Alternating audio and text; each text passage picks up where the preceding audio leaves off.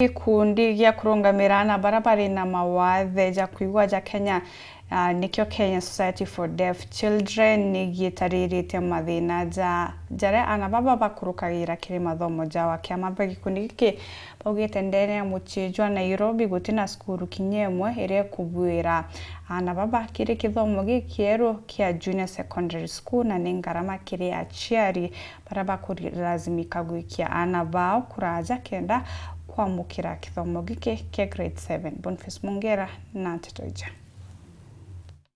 ngwa ataniro gikundikira gikaraya gutetera na kwariria nteto ciana bara batiga waja nthiguru ne Kenya kira kithero kije kene ya Kenya Society for Deaf Children na nitukono gicumiritie kiararamikira na kierekithiria migwikire ministry ya kithomo nontu bokurekire na bajune secondary school aja county Nairobi benderea kwithira benyamara kirenjare ne shantu baria batere kwithira benabo Kerria ndikibandeto mwerekithire muno gikundi giki bironda kabiti no giteja Nairobi hotini nyakira sikimukena na baba junior secondary schools no tukagite negaka na baba inge baronda nirikirira sibiana bawithire ni nyabange bati maskurune. Can we have a fully fledged school for the deaf in Nairobi where if there are some remaining units can offload the junior secondary school students to them? Because when they get in the units, the regular schools are not able to pick those deaf children and put them in the classrooms of the regular children. Ronda rita na mbere akongera kwa ministry ya kithomo ni batere kwithire jukire ndeto jino batu na inyampwe nontukeja kwendere ojo ana baba inge bagata maskuru. If we hand a school for the deaf in Nairobi which was a boarding and can accommodate even the scholars, we can be able to offload the junior secondary school to that school for parents to feel comfortable with their children.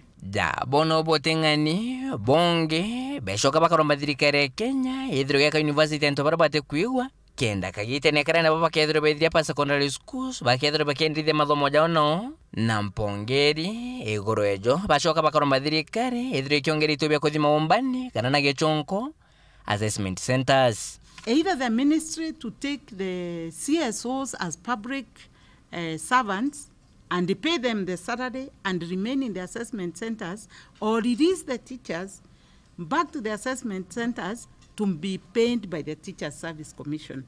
And until that is done, then the assessment centers are not going to function properly for the parents to take their children there for assessment and placement. We demand a university for deaf children as soon as it is possible. Bakithombera na ukunikira cia bururu bashokete bendekithiria ashari bonde aja nthiguru ne Kenya bambire kwithira beritanwa mugambo jotumira nthiomi kana na gichungu sign languages na kombekana kithomo iki kithiro kimwanka ojore githoiri ni nyagichungu bikuritana skuru bariugana baba ingi ba Mawaathe ibakwithira benyaririka nontu bakwagia nto bakwara yabo. Our children are suffering.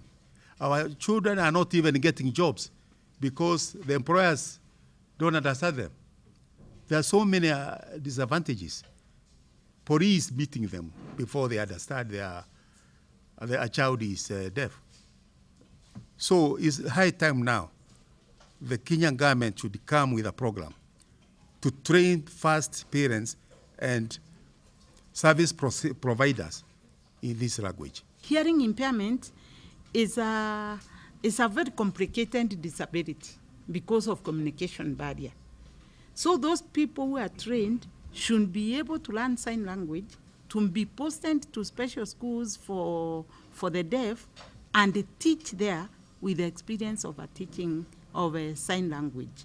Because if you have just done special needs education and you have not specialized in everything, you are a jack of all trades and a master of none. Nke reporter Ntosharu TV weekend kumaja kingine kine kimushumoja Nairobi mbita Boniface Mungera.